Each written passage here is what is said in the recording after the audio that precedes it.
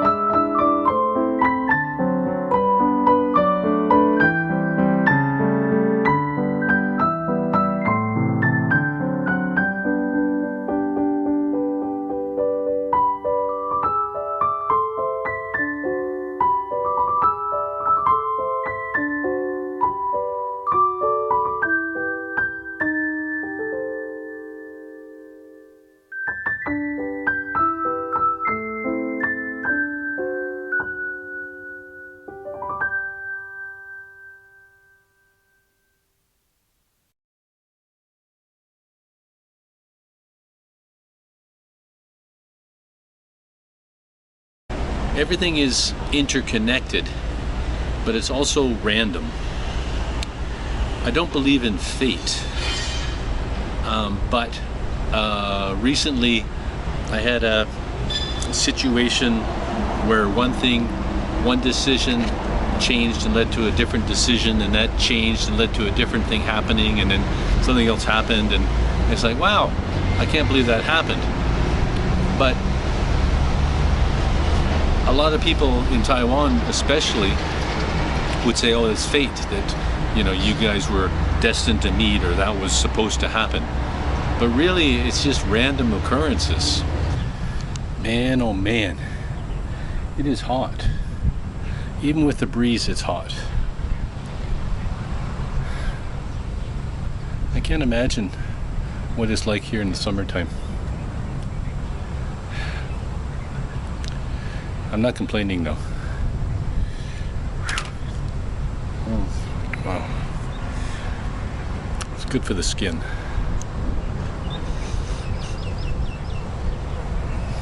So I like it on days like this when I get up early and I get just a little bit off the beaten path. It's a weekday morning. There's nobody around. The tourists are having their tourist breakfasts. The backpackers are doing the same. The students are studying.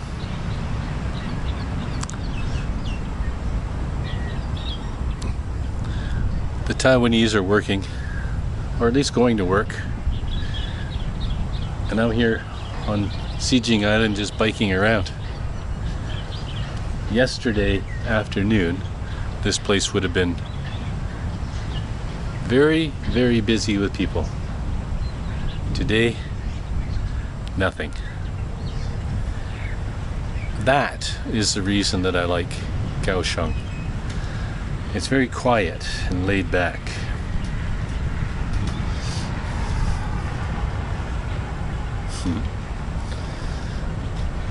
This morning I was talking to the breakfast guy. I said my Mandarin is very good.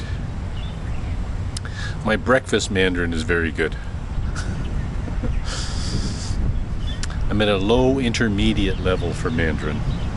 Day-to-day stuff, no problem. Anything a little bit complicated, forget about it. But I am working on it slowly. I listen to podcasts and I follow along with the text. And I have an app that I really like. Sometimes I'll watch Mandarin TV, the news and, YouTube stuff. I'm slowly chipping away at it. I'm rolling that rock up the mountain.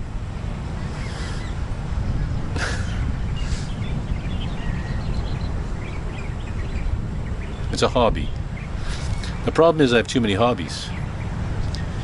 Since I've been in Taiwan, making YouTube videos has taken over all my other hobbies. But now that I've been here a while, I think I might slow down, go back to doing one video a week. That's enough. As soon as I get into a routine, that's what I'll do.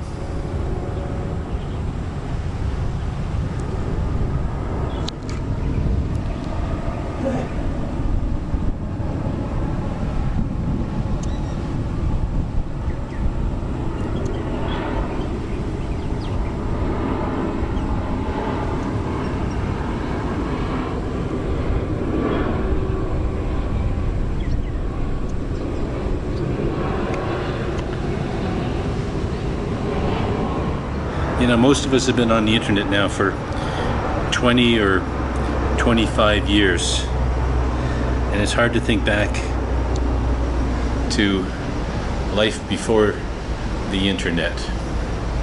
I mean, think about it. What would you be doing right now if it wasn't for the internet? What would I be doing right now? I'd probably be studying Mandarin. Probably. So I was out for breakfast this morning and I was thinking about eating in restaurants in North America. First of all, so expensive. Second of all, have you ever noticed that in restaurants they'll charge you more to add things, but they'll never charge you less if you take things away? It's very unfair. Mandarin uses the same word for borrow as it does for lend. And that makes sense. Especially if you consider the chance of getting something back is about 50-50. I've been taking my time today on this bike ride, but I still got a long way to go before I get to the lighthouse in the top end of the island. You can just barely see the lighthouse up here. I'll show it to you.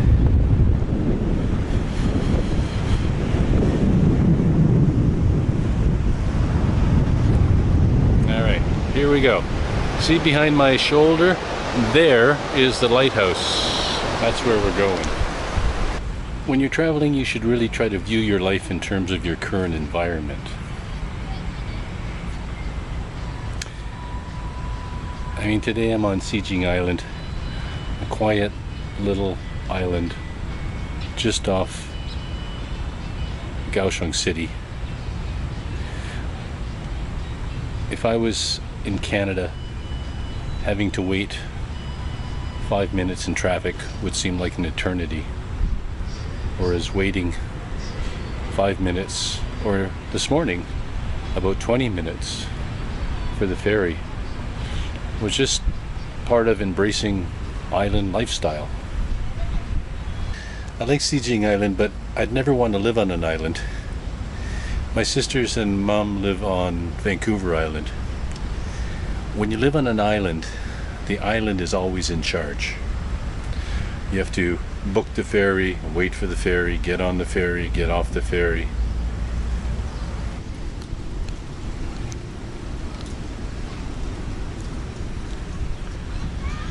The Taiwanese don't really understand the concept of beach town. I mean, they're getting a little better. Here we have some grass thatched, I don't know, umbrellas. And behind me is the beach bar.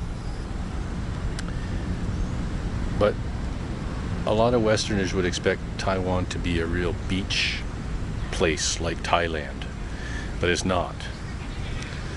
A couple of years ago, I met a Canadian guy who was here with his girlfriend, and they'd come just about Chinese New Year and spent a couple of weeks in Taipei. And if you know what Taipei is like around Chinese New Year, it's cold and it's windy and it's wet.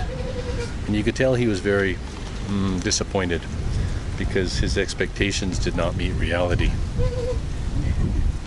And it's kind of funny if you think about it, because what I understand from history is that linguistically, the people in the tropics as far away as Fiji can trace their roots back to the Taiwanese Aboriginals.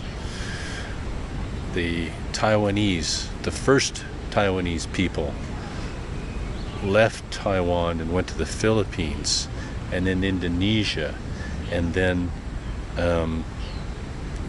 what are those islands near New Zealand? And they developed a beach culture along the way. They have gorgeous beaches in Taiwan.